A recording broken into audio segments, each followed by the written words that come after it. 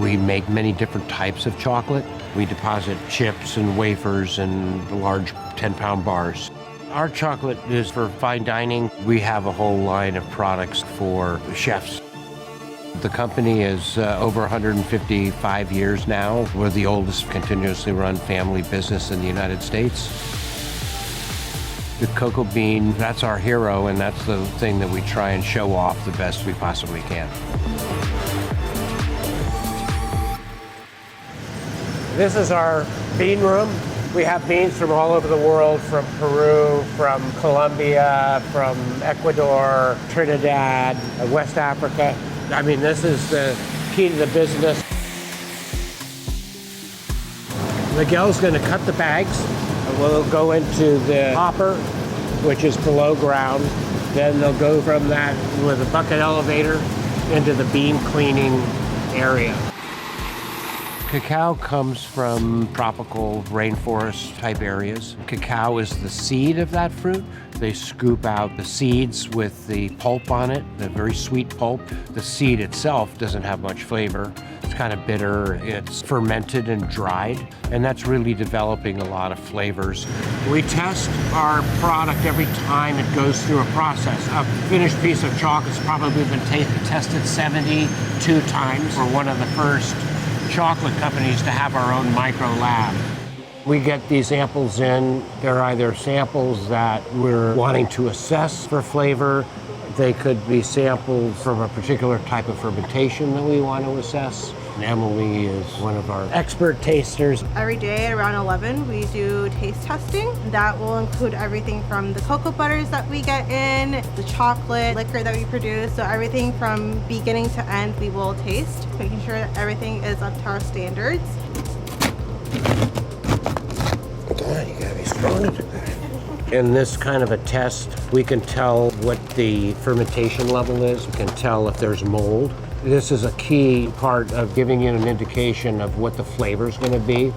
The color is awesome. There's a few purple beans, and then within the pod, there's lots of different kind of genetics going on. It's not just one genetic. The color gives us an idea of how we want to roast them. That pinkish light purple, very fruity, hopefully a little bit of a floral kind of flavor. There's tremendous and beautiful diversity with cocoa. One of our biggest focuses is what I call incremental degradation of the crop of cocoa because of the breeding and the changing for more productivity, more disease resistance has affected the flavor of the cocoa. We've put these labs in countries where their research arms of their country can understand the importance of flavor. So it goes through the roasting process. We have two different types of roasters, one which is a kind of a high heat, one which is drier. And depending on the beans or the type of chocolate and flavor we're after, it would depend on which of those roasters we might use. The beans that have been roasted are going to go through a breaker, and the breaker is going to break the bean up in the shell. Then it's going to get separated by screens to different levels. Heavier, bigger pieces stay on one level. The screens get progressively smaller, and then there's a vacuum, and that vacuums off the lightest part of that material, which is the shell, and separates the shell from the nib, which is the part we want. Guittard Chocolate got started by my great-grandfather. He came to the US to look for gold and realized that the people that were really making the most of the money were the merchants. So he went back to France. He came back with melangers, which were the kind of the main grinding pieces of equipment to make chocolate. So we basically did anything we could grind. We made coffee and mustard and spices, teas. We have numerous different ways of grinding. When you grind cacao nibs, you get unsweetened baking chocolate. It then goes through these triple stone mills. This machine itself is probably 60, 70 years old. We can adjust this one a little more precisely. So we really like this one. So from here, it goes into a ball mill. That chamber is filled with these little stainless steel balls, and they're all crashing into one another. It becomes a very fine liquid. The one thing that we need to make chocolate is cocoa butter. You take some of that liquor and you take it to the cocoa press and you separate the fat from the solid. We add sugar and or milk, mix them together by taking this thinner mass and putting it through these rollers, which break big particles of sugar down. In the process, create more surface area for the fat to cover, so it becomes thicker. This is the mass. This is maybe one of my most favorite products of the process to taste. I kind of scratch my mouth when I eat it, so I like the texture. After we have that thick mass, it goes through a 5-roll refiner. Each roll goes a little bit faster. And in going a little bit faster, it's shearing the particles and making them smaller. You can see how this is all kind of stuck together because there's enough fat to coat all the particles. But let's look at the other side. It has the same amount of fat as this.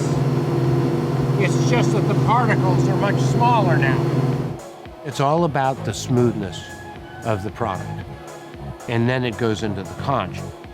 The conch heats it up, kind of starts sticking it all together, creating the Maillard reaction, which is the browning action, which makes chocolate taste unique. It's like where a lot of the secrets take place in chocolate making. It depends a lot on the ambiance within the factory itself. After conching, we adjust the product that we're making to have the proper flow characteristics. Chocolate needs to be solidified at the proper temperature, and the product gets tempered. This is going through the stages of tempering. It's coming in at like 104 degrees, and then it'll slowly cool down. Right at the end, we'll raise it up, making sure that when chocolate solidifies, all of the crystals form properly. We make so many different kinds of products. We deposit chips and wafers and large 10-pound bars.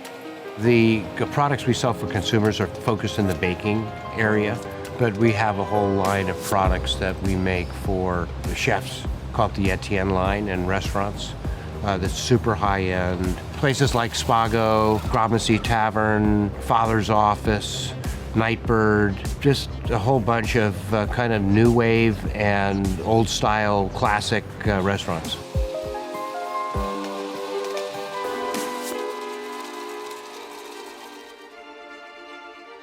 So today, we're working with a bunch of different types of the Guittard chocolates. First chocolate we're working with is the Hawaiian, the Cocoa Lica. We're gonna melt it over a double boiler for a chocolate mousse. I heat up some milk and glucose. Now I'm just gonna put it through a strainer and then let it set overnight, and then I'll paddle and whip it and it'll be chocolate mousse. We are gonna fill raspberries with it. This is kind of a play on a Black Forest flavors, but with raspberries instead of cherries. We're gonna make a magic dipping shell sauce to dip the chocolate-filled raspberries in, and we're using the 61%. Next, I'm making cocoa meringue. I love the black cocoa. It makes it like a little bit different color, and it also has a really rich flavor. We start with egg whites till they're frothy. Add the powdered sugar kind of slowly. Add granulated sugar. Let it get to a nice place, and then we're gonna add the cocoa powder. I think that when you're thinking about food, number one is always taste, right? And then how it looks. And what's cool about Guittard is that they have multiple different types of cocoa powder. So that's like what it is after overnight. And since I like kind of like organic looking, I like to break things and make it just kind of different. And it tastes good. We're gonna make a chocolate sablé. We're using the rouge cocoa and then also the 61% chocolate. I let it chill for a little while and then I roll it and then bake it. Whenever I'm thinking about a product I'm gonna use, I think like, well, where are the beans grown? Who's growing those beans? This is the chocolate sablé in its final form, and I'm gonna place that in the base. Farmers are the heart and soul of everything that I do and what we do as restaurants, especially in the Bay Area. They're thinking of like the person who's planting, growing, taking care of the product, and that shows in their chocolate and who they are as people and as a company.